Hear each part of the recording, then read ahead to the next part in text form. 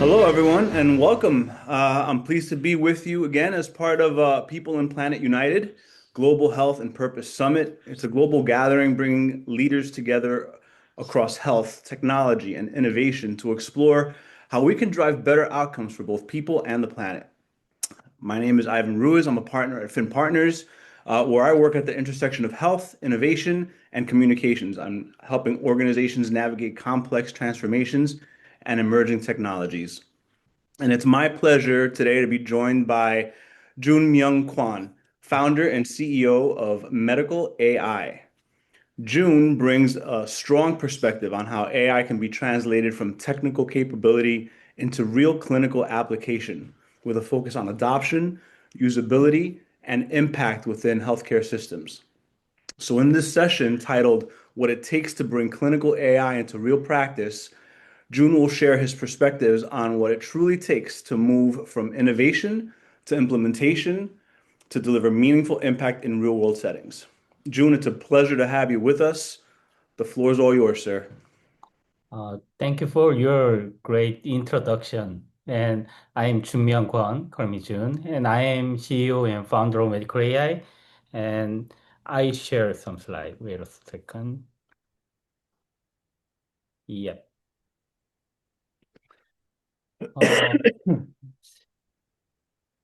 Uh, today I want to talk about the one simple question. What does it really take to bring the clinical AI into real practice? Many AI products look great in paper, but few of them work in the real hospital. So today I will share what we have learned using our own product as a case study. First, a few words about who we are. I'm a doctor, medical doctor, trained in the emergency and the critical care, but I am also the AI developer. I write the code myself. That is why I started this company 6 years ago, because I saw the gap between the clinic and the AI algo, the computer science. And Medical AI is a company built by doctors, scientists, and AI engineers because clinical AI is not just a software problem. It is a clinical problem, a data problem, and an engineering problem all at once. We have five full-time medical doctor on our team, and in total, we are about 100 people. Around 80% are engineer and researcher. So when we build the product, the doctor and the engineer sit at the same table. Here is a quick snapshot of the company. We were founded in December 2019. Our headquarters is in Seoul, South Korea, and we have a United States office in DC. And our product family is called ETIA.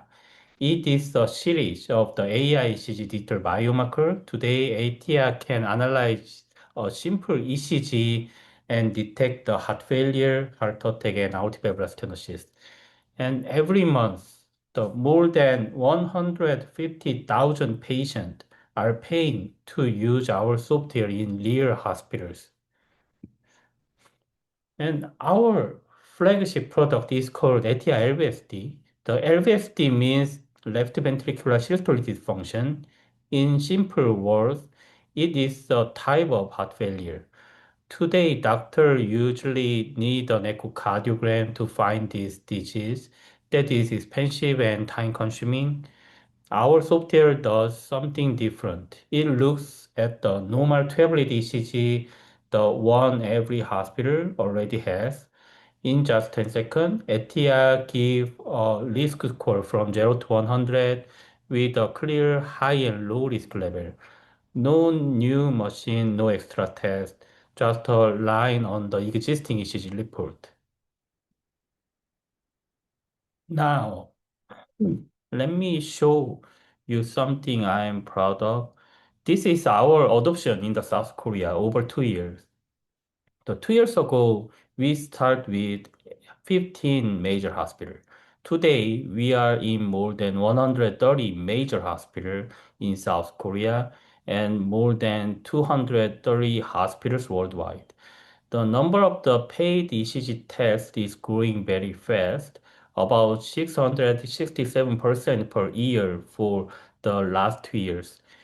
In total, we have done more than 2.4 million paid analysis, and our net retention rate is over 100%. That means hospital does not just keep using us, they use us more every year. This is the fourth sign that clinical AI can really work in the real practice. So now let me talk about the fourth thing it takes to bring clinical AI into real practice. You must solve a real and the important problem. As you know that the cardiovascular disease, the heart disease is the number one killer in the world. Every year, 19.9 million people die from it. That is more than cancer and diabetes. And here is the painful part. About half of the heart failure patients are diagnosed too late. When that happens, two-thirds of them die within 5 years. Why? Because today the tools for screening we have are not good enough. The gold standard is echocardiogram, but it is expensive and time consuming. And the simple ECG, every hospital has it, but it cannot see structural problem in the heart. So we are stuck. The accurate test is too expensive. The simple test is too blind. This is a gap we want to close. Let me focus on ECG. It is the most basic heart test in the world. Every year, there are 20 million ECG in Korea and 1 to 300 million in United States. It is non-invasive, it is easy, it only takes 10 seconds. But the standard ECG has big limitation. It can only detect arrhythmia and some myocardial infarction, and most hospitals save the ECG as a image file. When you save as image, you lose most of data. So our idea is simple. We use the raw ECG data and let AI find the hidden signal.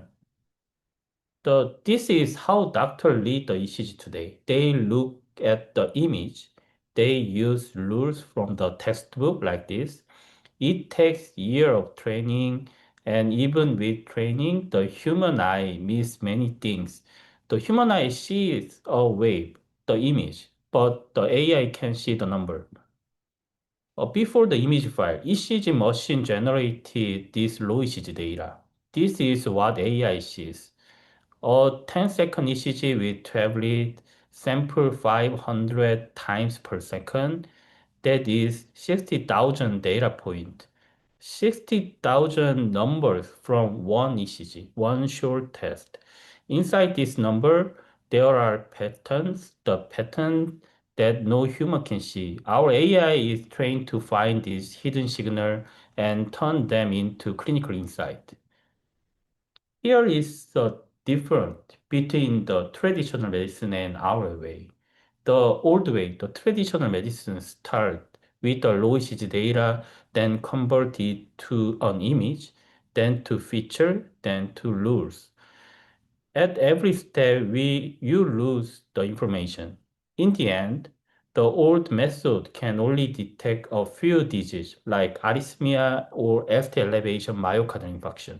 And our method is different. We use the raw data directly, no image, no rules in the middle. Because we keep the information, we can detect new disease that the old ECG could never find. Heart failure, valvular heart disease, non-ST elevation, myocardial infarction. We can see them from a normal ECG. Now, let me put our product side by side with the other tool. The standard ECG fast and cheap, but cannot detect heart failure. The blood test called NT-proBNP, about 70 to 80% accuracy. Takes 2 hours and need a lab. The echocardiogram, the gold standard, but it is expensive and need a cardiologist. And our software, around 90 to 97% accuracy and more cheaper than any other test and fully accessible. Use the ECG machine the hospital already has. Same machine, same workflow, but now it can find the heart failure. The beauty of this technology is we can expand to the other diseases and the other platform. The ATLVSD is just the beginning. On the 12-lead ECG side, we already have product for heart attack, myocardial infarction, aortic stenosis, and the diastolic dysfunction. And the single lead side, we are beginning the same technology to the smartwatch. Yes, the Galaxy Watch and the Apple Watch. Our goal is simple, the hospital grade heart screening and monitoring on the wrist. Accuracy of app is over 90% by the AURC.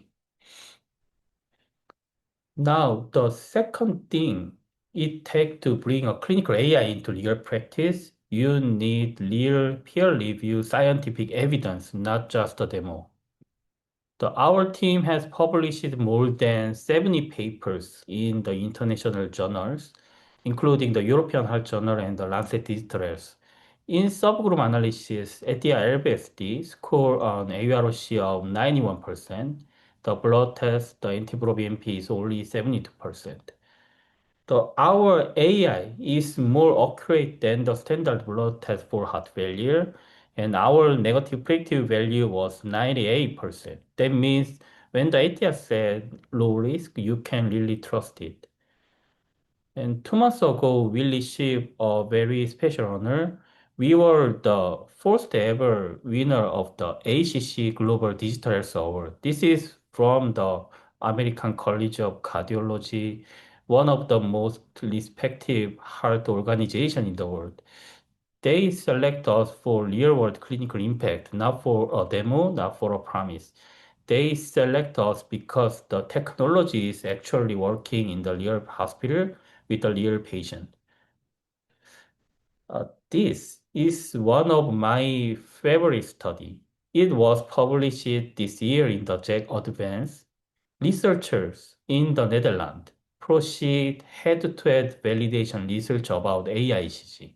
They invite 4 leading AI ECG models from the United States, Europe, Taiwan, and us from South Korea.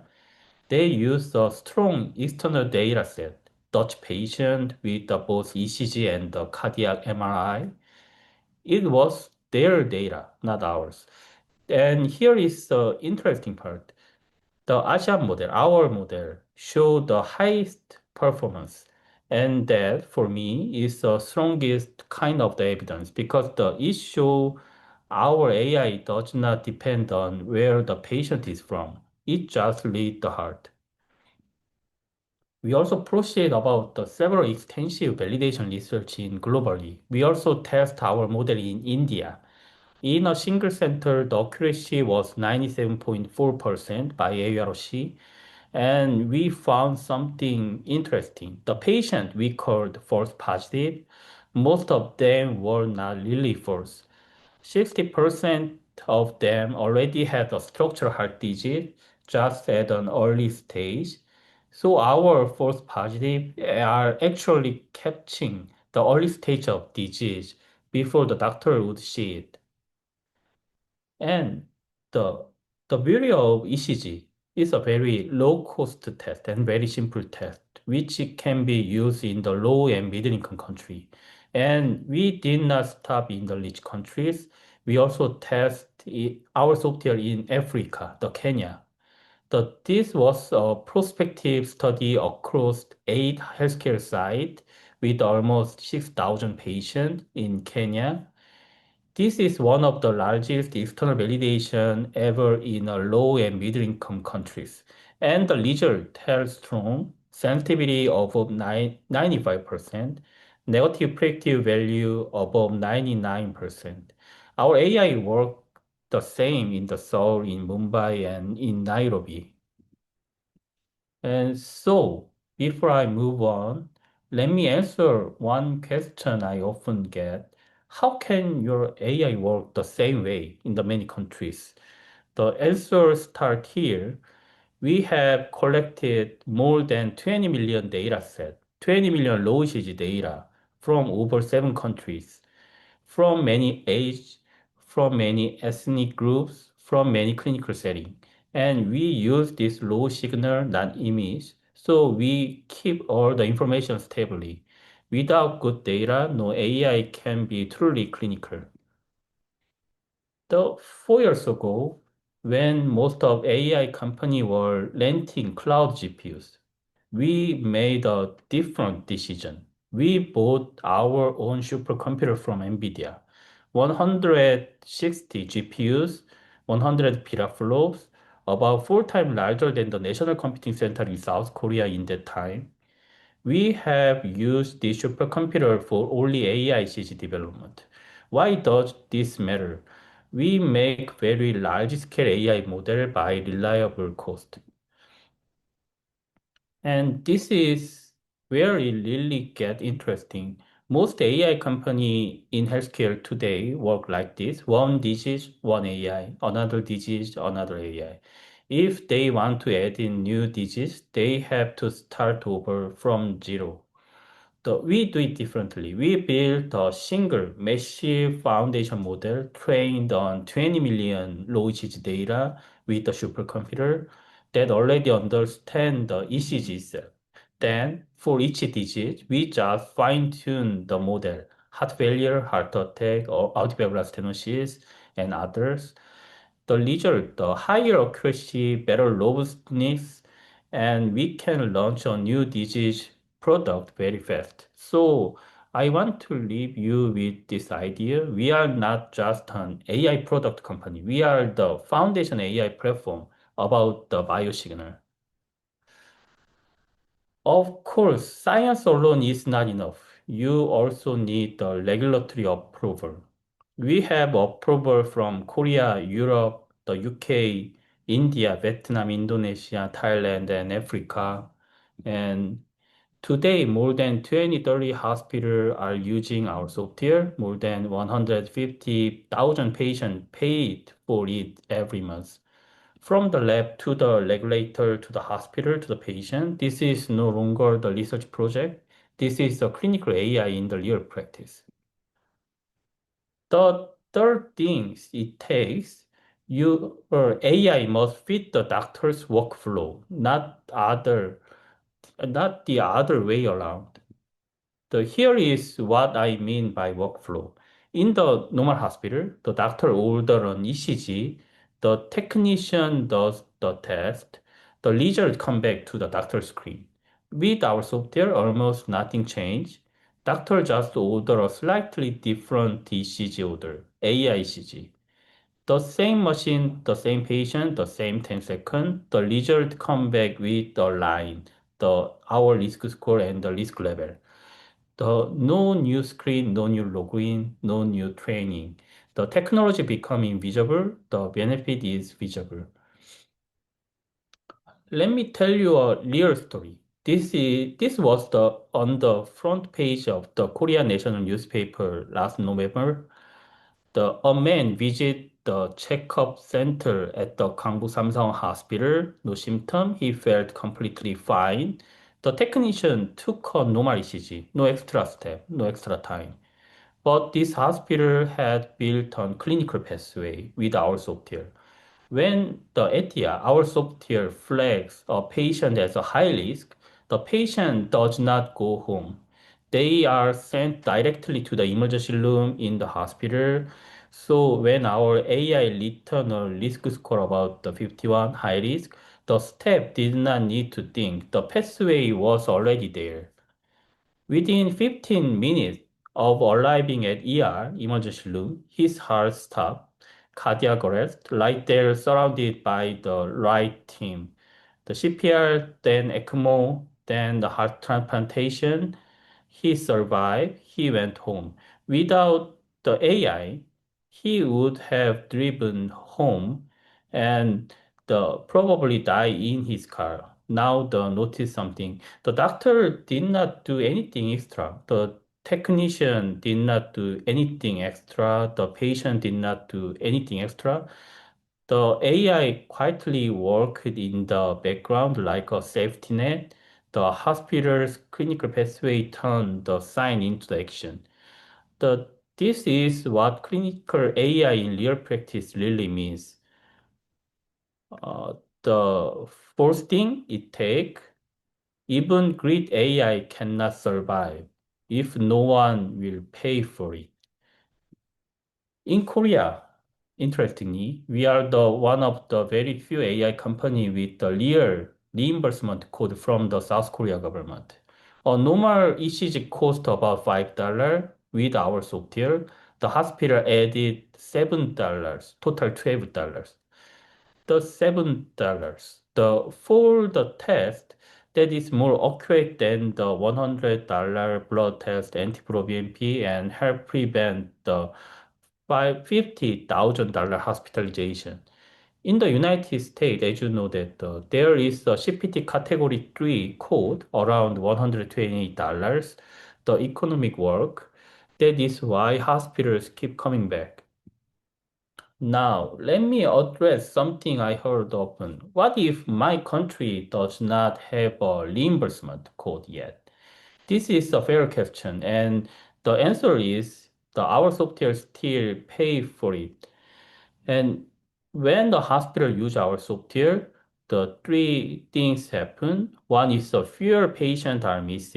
Hidden heart failure is catch early. And two, the echo room runs smarter. High risk patient move to the front of the queue and same machine and same cardiologist and more value every year. The three, the fewer late hospitalization and fewer readmission. And this matter especially in market like United States, where the hospital are penalized when the heart failure patient come back too soon. So even without the special reimbursement code, the math work. And when the researcher measure it formally at the system level, the numbers of compromise and data is on the side. The last one, the fifth thing it takes in the healthcare, you cannot move fast and break things. You must integrate safely and securely. The hospital worried about the patient data, so do we. And that is why we offer the two deployment option. In South Korea, almost major hospital does not want to use the cloud. First, on-premise, we install our AI to the small server inside the hospital. The data never leaves the building. The second, the cloud. For smaller center, we offer the secure cloud service. Our system is already passed out about the security review in the Armed Force Capital Hospital, in the Samsung Seoul Hospital, one of the strictest in the South Korea. And we do not say we are secure, we prove it. And because of this, we hold the 5 international security certification like this. And here is where we are going next. Today, the ETIA works inside of hospital on the 12 DCC, but the heart does not only have a problem inside of hospital. And we ask ourselves a question. How does we bring the same technology to everyone and everywhere, fast at the scale? The answer is a single lead ECG. And our single lead model, ATRBSD-1L, keep the accuracy above 90%, the same clinical grade performance, just on the different device. We already get the medical device registration about this app software based on the clinical trial. And the device does not have to be a watch. Smartwatch, wearable patches, home monitoring device, hospital bedside monitorings, any device that capture even one read of ECG, our AI can run on it.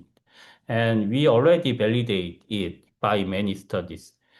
And we are open to working with any partner who share this vision, device maker, hospital network, or the pharma company, digital healthcare platform. And this is the future we are building, and we are looking for to partner to build it with us.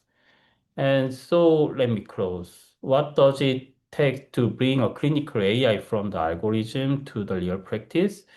The three things. One is the clinical validation comes first. AI must prove safety, accuracy, and the clinical utility. with the prospective evidence, not just the retrospective benchmark. Two is the workflow integration is the battleground. The technology must disappear, the benefit must appear. EMR native, sub-second, and no new training for the doctor. The three is the reimbursement and the regulation of the unlock scale. The FDA, NC, and CPT code, national reimbursement, three turns pilot to the real sustainable practice. It's a tool and it can save lives. Thank you very much for your attention. I look forward to many questions and the collaboration for many people. Thank you.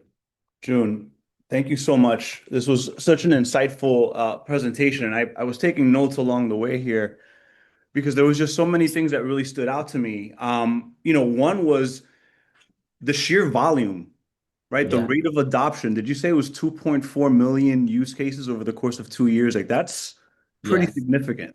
I think that this is the largest number about the real clinical AI because this is not a demo. This is the payment prescription Yeah. in for two years. And I think that this technology is a little bit helpful for the many people and the many doctors.